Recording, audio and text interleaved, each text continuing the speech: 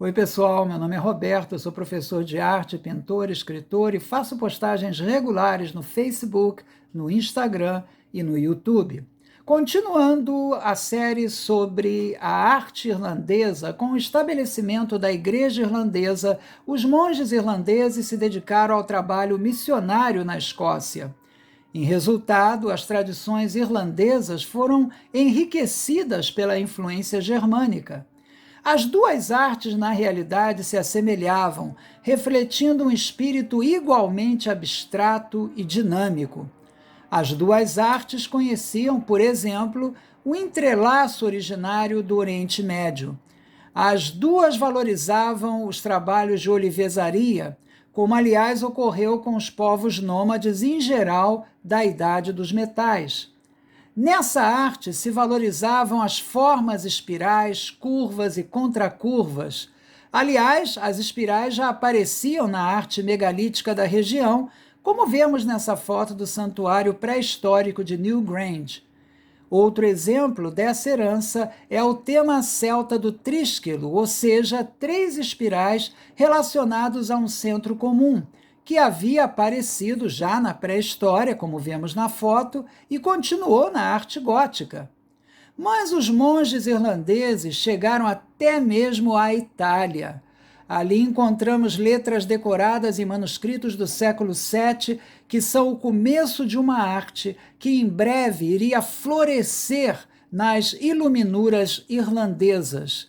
Repentinamente, no fim do século VII, aparece também um missal chamado Book of Darrow, com padrões entrelaçados. Outro exemplo é o Lindisfarne Gospels, do começo do VIII século, que combinam elementos celtas e germânicos.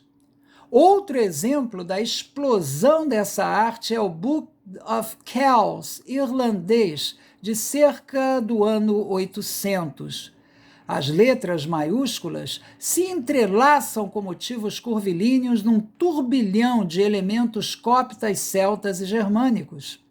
A Irlanda e a Escócia se uniram no desenvolvimento de um único estilo, o qual aparece até mesmo em obras de metal, como essa do VIII século. Mas se os mosteiros irlandeses, no século V, não eram favoráveis ao florescimento da arte, como eu mencionei anteriormente, o que explica o florescimento dessa arte uns 2 séculos depois? É importante lembrar que no século VI o Papa Gregório Magno estava lutando para impor a hegemonia de Roma sobre a Igreja Católica e áreas regionais. Para isso, o Papa usou, além da política, a propaganda artística. Mas a Igreja irlandesa era filha da Igreja Oriental, filha da Igreja Copta. Como parte dos esforços para dominar a Inglaterra, montes beneditinos estabeleceram uma escola em York. Mosteiros foram fundados em várias áreas. Os monges também trouxeram a arte figurativa romana, mais realística do que a arte dos chamados povos bárbaros. Ora, o Book of Darrow foi produzido no final do século VII, quando a Igreja Romana já tinha logrado dominar essas áreas. Portanto, a Igreja da Irlanda havia perdido a luta para impor seu tipo de dogma e ritual. Para o prestígio da Igreja irlandesa se manter, mesmo sob a tutela de Roma, a solução foi permitir que a tradição cultural local fosse divulgada. Por essa razão, houve espaço para a arte florescer sob influências não romanas.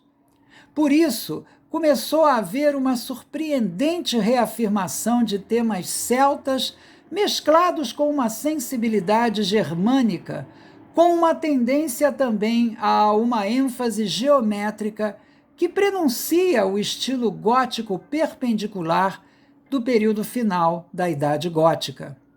Então, também começaram a aparecer alguns elementos figurativos.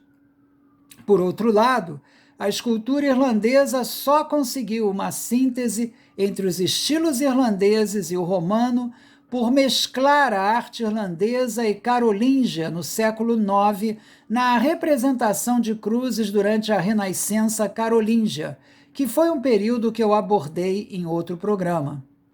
Mas essa arte não continuaria evoluindo devido aos ataques dos vikings que destruíram os mosteiros nas áreas irlandesas. Mesmo assim, a difusão de seus manuscritos na Europa manteve viva a herança céltica e germânica. Uma herança que desprezava a natureza, usando-a apenas para distorcê-la, segundo o movimento das linhas e o brilho das cores. A arte carolíngia e a arte romanesca sofreram essa influência, como se vê no interesse dessas artes pela estilização, sendo a arte romanesca também chamada, arte românica. Outro exemplo dessa herança é o tema celta do trísquilo que eu mencionei, ou seja, 3 espirais relacionados a um centro comum que, como foi mencionado há pouco, havia aparecido desde a pré-história e continuou na arte gótica. Assim sendo, a arte irlandesa teve um papel de relevância na evolução medieval da arte europeia. Bem, eu espero que vocês tenham gostado. Informações sobre os livros de arte que eu publiquei estão na descrição desse vídeo abaixo. Muito obrigado pela atenção, muita paz para vocês e até a próxima.